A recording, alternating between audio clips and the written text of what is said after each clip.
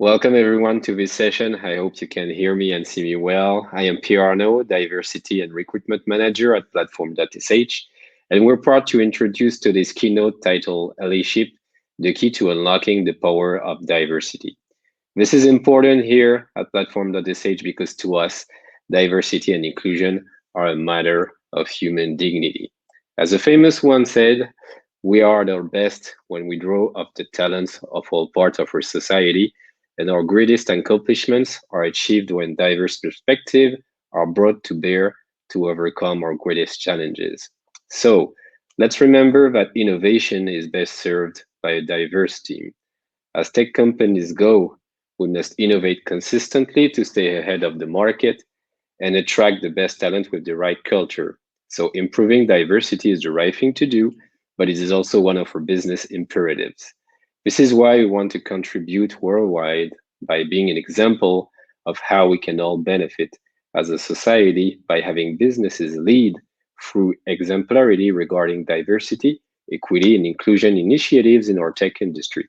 One of his examples is, for example, being family friendly. We provide great work-life balance and are focused on results so parents can organize their schedule however they see fit, as long as the results are there. Now, let me present to you a global diversity and inclusion senior executive listed as one of the UK's top most influential women in tech and an international multi-award winner for services to diversity and inclusion in our industry, Cheryl Atchison.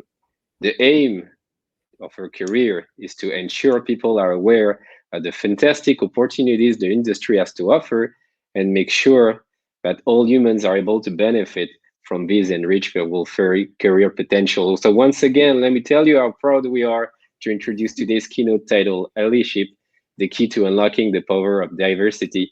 Thank you, everyone. I will now let Cheryl take the lead. Thanks, Cheryl. Perfect. Thank you so much, Pierre. I also loved that introduction of Name the Rescue. I'm a huge advocate for rescues and looking after different charities and stuff. So that was definitely right up my street. So I am Cheryl Atchison, and I am a multi-award-winning leader. And I'm here today to talk to you about being an intersectional ally as that key to unlocking the power of diversity. I've been doing senior leadership roles in DE&I for almost a decade. I've held senior leadership roles at Deloitte, at Monzo Bank, and at Peakon. I also run my own consultancy. And I also used to be a software engineer. I used to be a Scala developer, and I started my career as a computer scientist as well. I'm an advisory board member at Women Who Code, which is the world's largest nonprofit globally dedicated to women in technology, where we run free monthly meetups in all of our locations, where we have over 250,000 members. So I'm super proud of that organization. I write for Forbes regularly on privilege, on anti-racism, on creating inclusive technologies, because that's what I used to do and that's what I still do, and how to embed inclusion in your ways of working, in your systems, in your processes, and in the creation of software as well. I'm also the author of Demanding More, which is a book to help all of us be the change that we need to create a more inclusive society, really breaking down why we're in the position that we're now in, where we're talking about building equity in, and what we can all do personally and also systemically as well. I'm on Twitter at Nirashika if you're that way inclined, and my pronouns are she, her as well. So let's get started.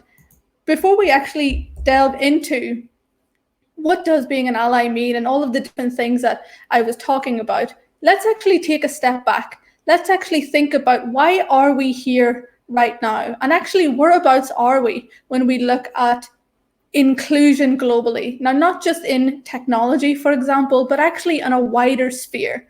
When I go through some of these statistics, I really want you to think about them on a personal level. Do you identify with the issue that we're talking about? But also think about the privilege if you don't identify with that issue, thinking about the people around you that it may affect. And maybe that is you, but also maybe it's not you. And that's what I'd really like you to think about as we go through this next part of the session. More than half of women in technology leave the industry by the midpoint of their career, which is more than double the rate of men. Now, when we're talking about the midpoint of career here, we're talking about people before they get to that senior leadership role, before they're in those decision-making realms, before they are defining the strategy and the vision, as opposed to delivering the strategy and the vision. Now, a lot of people will assume that that's because of caregiver responsibilities, whether that is having children, looking after elderly relatives, and so on. But actually, we're also saying that it's very clearly down to processes not working for people of all different backgrounds.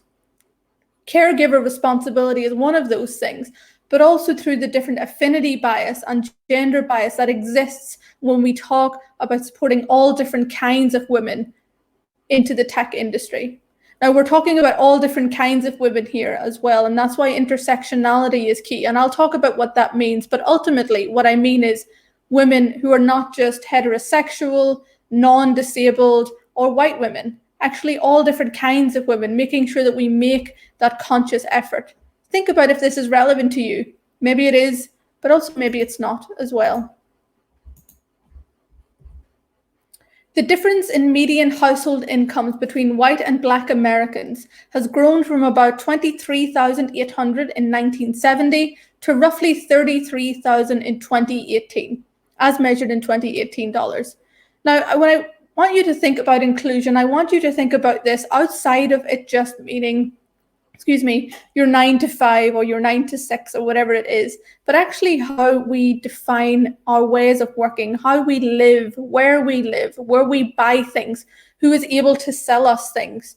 Thinking about the different barriers to, for example, different household incomes based on your generational wealth, based on the areas that you're able to buy property in, if you can even do that, where you can rent, where you can build a family if you want to do that. I want you to think about the different barriers that exist that maybe you directly identify with, but also maybe you don't. Maybe it's not something you've ever had to consider. And that's what I really want you to think about throughout this session.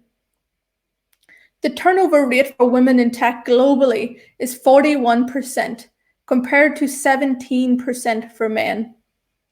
Now, firstly, we know gender isn't binary. It isn't just men and women, but the data points that we have are broadly broken down in that sphere. I would hope, given the change around the view of gender identity and the data collection that we're seeing, we'll have more data that breaks it down across non-binary folks and so on later. But right now, we're looking at men and women in this data. Now, we're seeing the turnover rate is significantly higher. The turnover rate is catastrophic. I want us to think about the talent that we are losing, that we are not supporting, the different ideas that we're losing, the different perspectives, because we are not supporting people in the same way that everybody needs to be supported. Only 1 out of 5 US companies offer paid family leave for LGBT plus employees.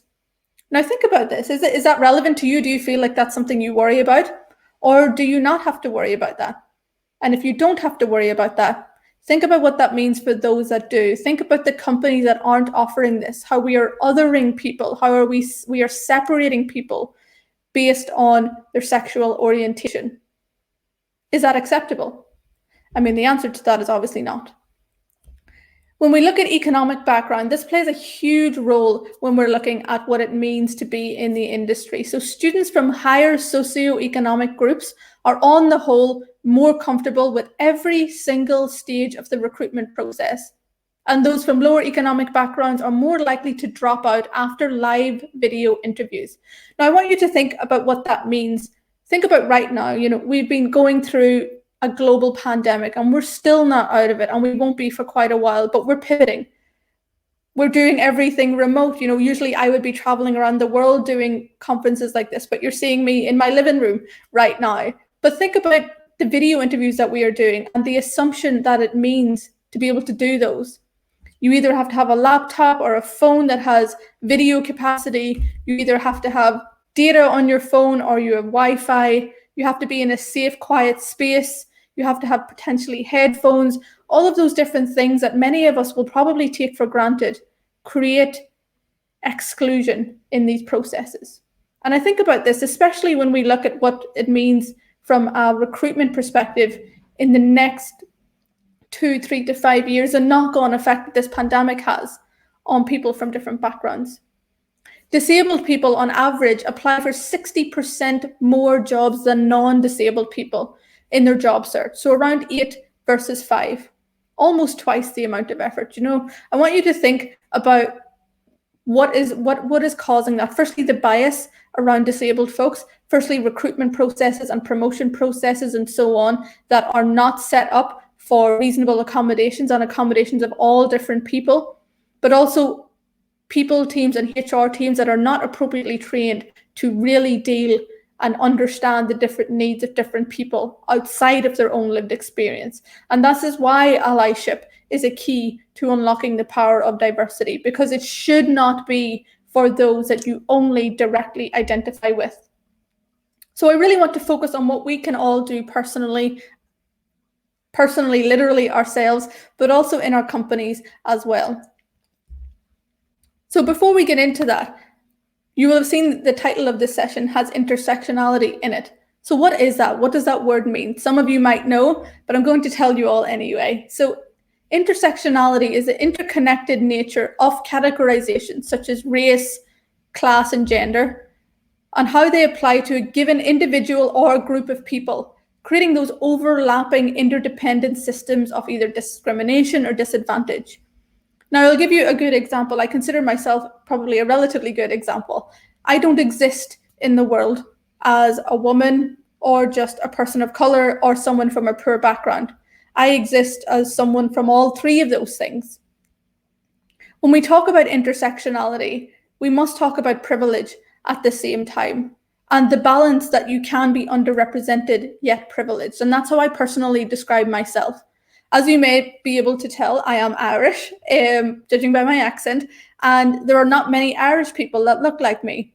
2% of where I come from are from Black, Asian, or minority ethnic backgrounds, so very, very small percentage. Now, the reason I'm there is because I was adopted at 3 weeks old by a white family in Ireland from Sri Lanka, and so I've had the privilege of having food on my table every night, on being able to go to school, on go to university, albeit having to get a lot of bursary and grants to do that. But there's the privilege of being adopted, that one decision which is completely out of my control. There was no skill to that decision. It was very much just pure luck. I've been back to Sri Lanka. I found my biological family. I have a half sister who wasn't put up for adoption, and her life is very, very, very different to mine. But again, the intersectional piece here, I am both very underrepresented in my industry as a senior woman of color in leadership, but I'm also very privileged as I now don't have any financial worries. I'm able to comfortably talk about my partner because we're both heterosexual, and I am also listened to as a senior leader. And that's probably one of the biggest privileges you can have. And I ask you to have a second to think, do you consider yourself privileged? I would probably consider, given that you're all watching an opt-in conference, hopefully enjoying it, that we're all pretty privileged here. But it's what we do with that now. When we talk about allyship, we're talking about the displacement and replacement of power that we all hold. The power that I have as a woman of color who has an accent like mine and a name like Cherie Atchison. So if I was to cover my camera right now, would you know that I was a woman of color? Probably not. And that's a big thing. So I want you to think about this example as I go through the rest of the presentation. So in 2020, Fortune 500 rankings included 37 women CEOs, which is really progress from 24 in 2018 and 33 in 2019. Now, only 3 of those global women were women of color, and 0 of them were Black or Latina. Now, I want you to think about the systemic bias that must exist in this place for that to happen. Think about the racism, but also think about the colorism, how different women of color are treated differently.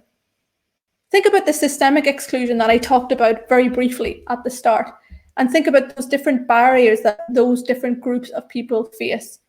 Now, if we only care about people we directly identify with, we create what I call exclusionary inclusion. So if the majority of people in senior leadership right now are heterosexual, financially stable white men, and they only directly care about heterosexual, financially stable white women, then we create the problem that we're seeing now. We create just enough inclusion to let some women in, but actually, what about the rest? And we're not just talking about women here, obviously. We're talking about men of color, disabled people, people from different economic backgrounds, caregivers, and so on. But this is the example that I'm using right now. So I want us to think about, actually, what are we doing at the moment to change that?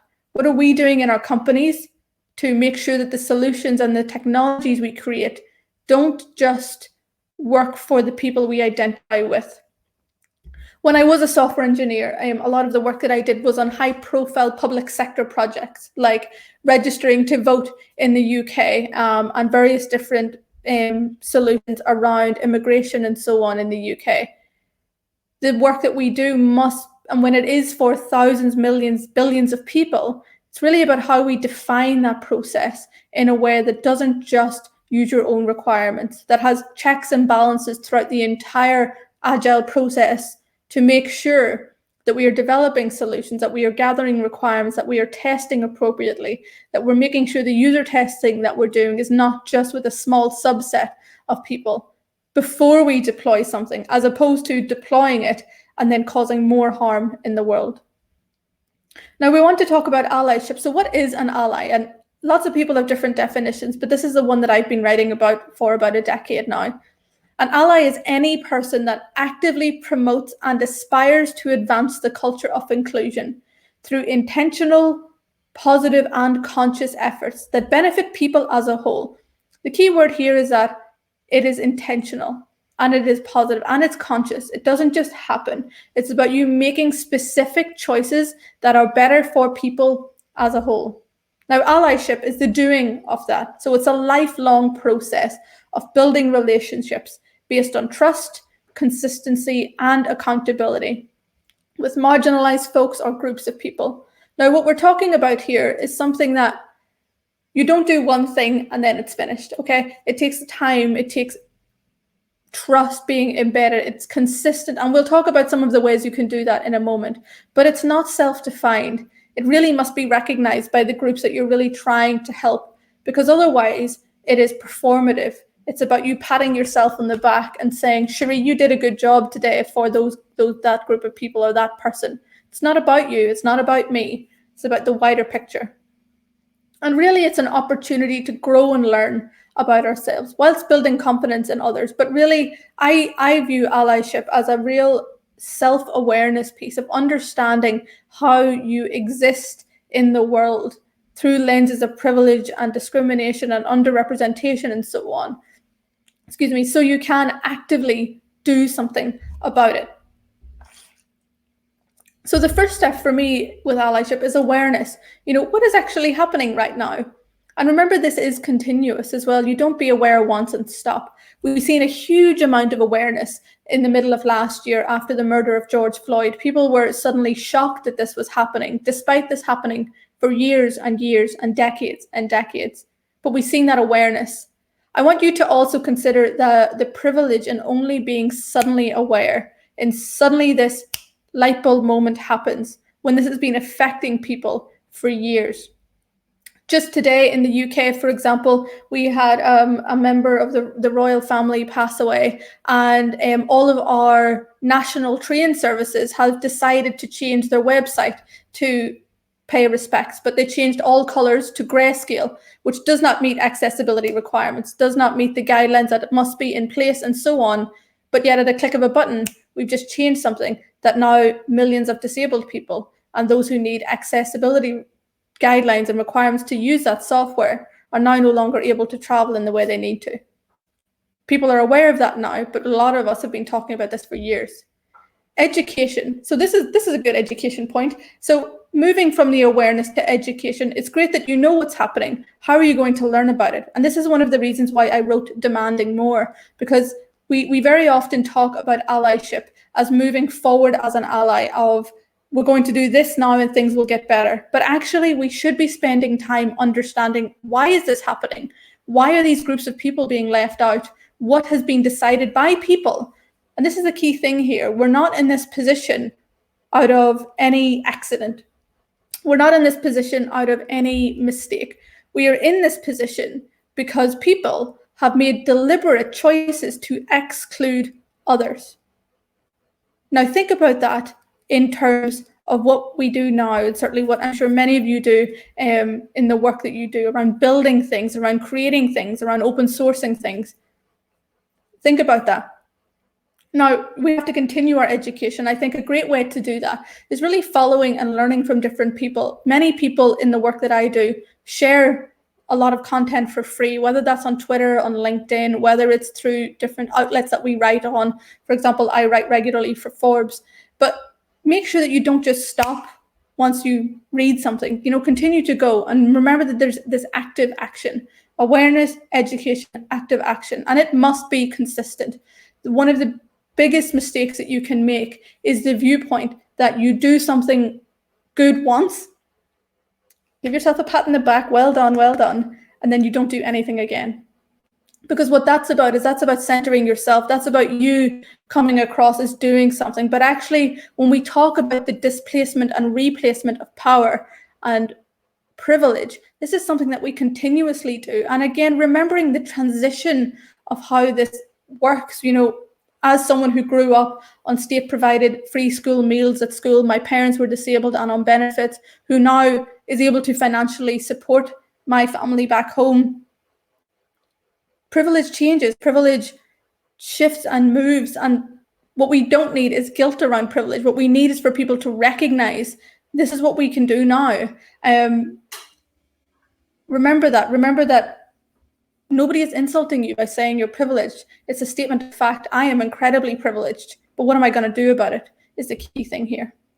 And remember that this is systemic as well. It's not just personal actions. It's around what we can do in our workplaces, in our processes, in our policies, especially when we're thinking about the creation of software systems, the creation of technologies that affect everyone, not just people like me, but also a lot of people not like me as well. So when you think about the things that we're talking about here, what does allyship actually mean to you? Please feel free to share in the chat. Have you actually been working on this yourself, or has someone been an ally to you? I know for me personally, the biggest allies for me have been the people that have amplified what I am doing, who have noted that I have something worthy of saying when I was earlier in my career, and ultimately pushed me through that door and then stepped back. It was not their journey, it was very much mine. Also, people intervening when things happen. Think about that for you. Think about, is that something that you've been trying to do yourself already? But also, is it something that somebody has done for you as well? Has it made an impact in your life or even in your career? So I want to spend some time just to actually talk about what do we got to do here, folks? What are we going to do after I finish my talk? Okay, and it's probably because as well, I used to be a software engineer. I am incredibly data-driven. Now, the reason why data is important is because we all too often, inclusion strategies make assumptions, and assumptions are riddled with bias. My assumptions are riddled with bias because I'm a person. So of course I am biased. I have to challenge that in myself every day, but I'm still biased.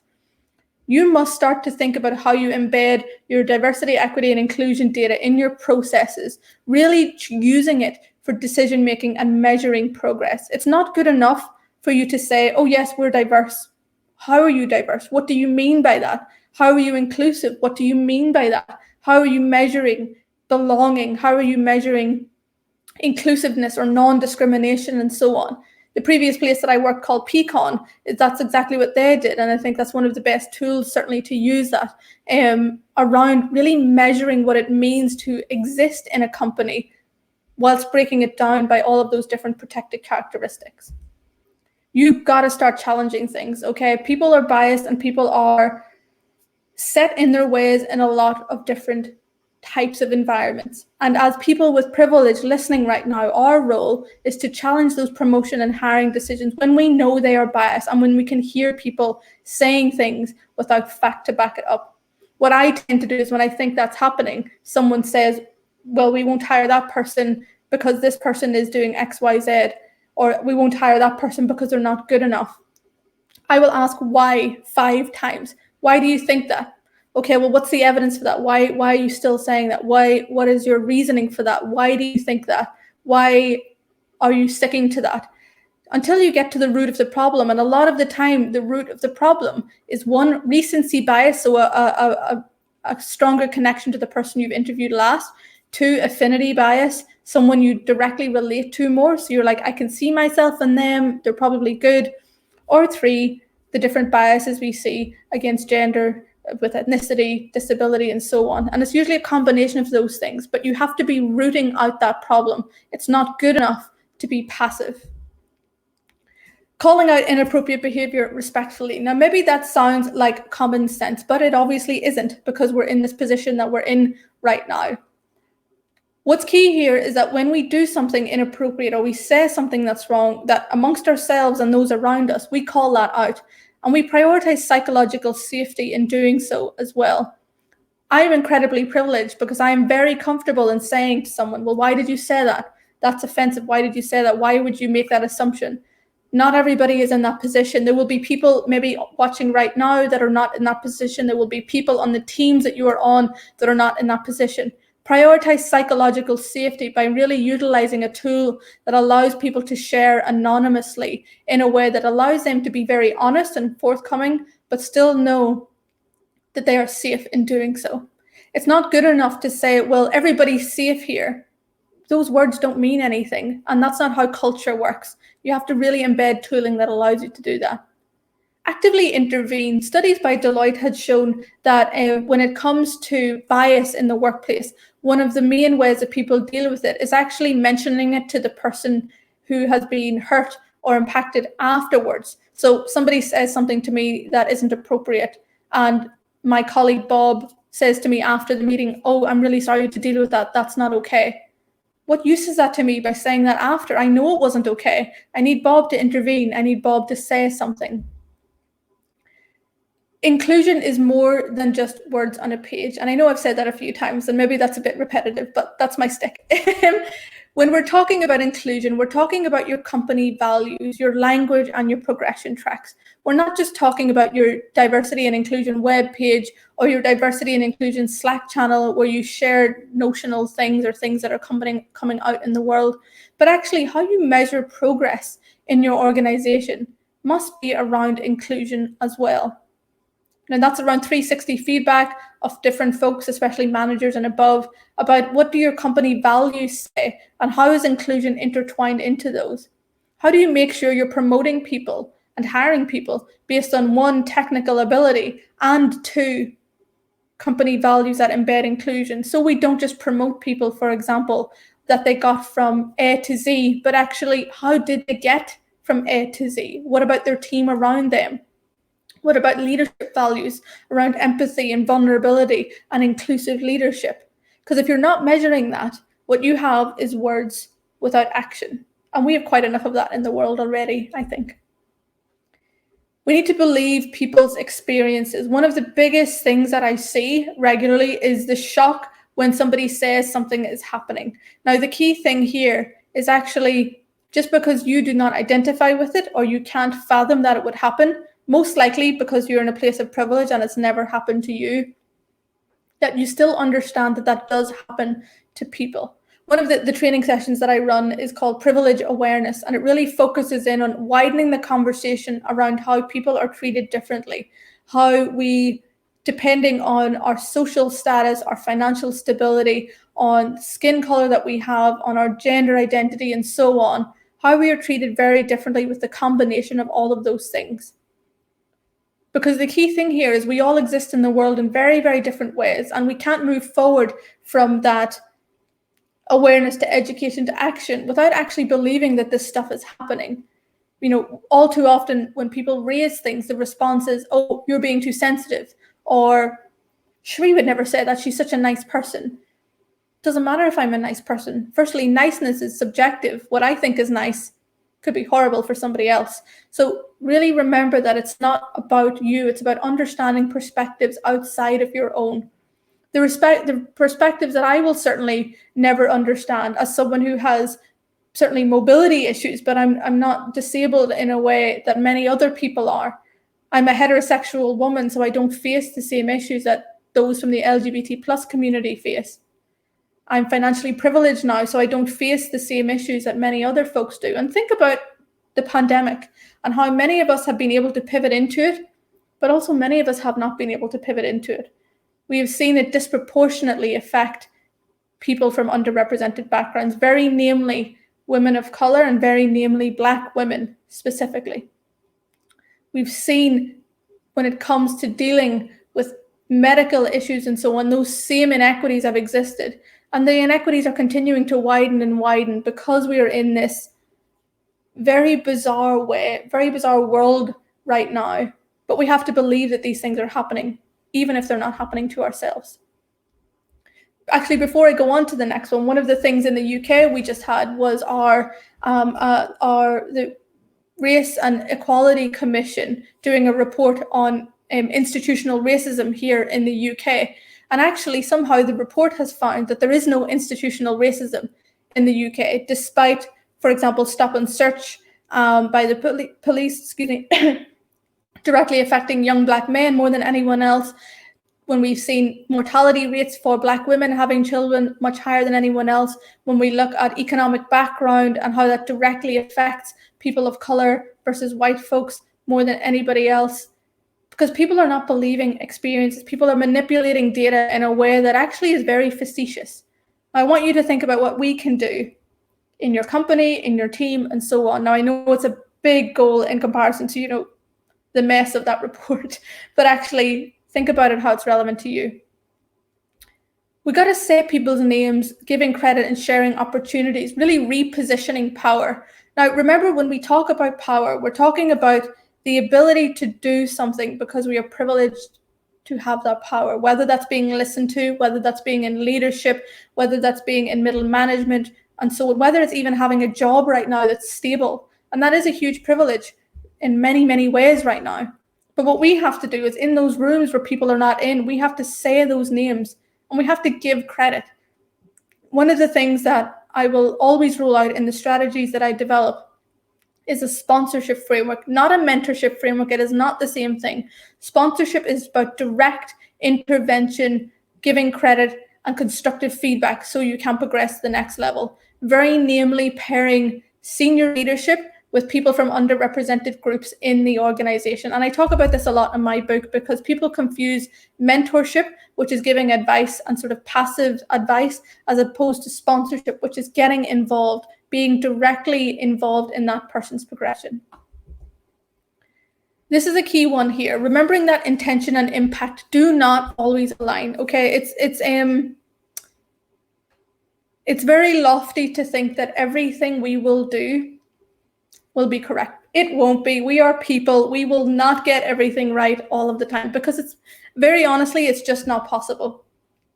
Remember that even if you have good intentions, if the impact is not good, then you have to learn from that. And when someone tells you, actually, Cherie, I know you meant to do this, but actually I really didn't need you to do that. And why did you do that? My response should not be, well, I was just trying to help and you should be grateful.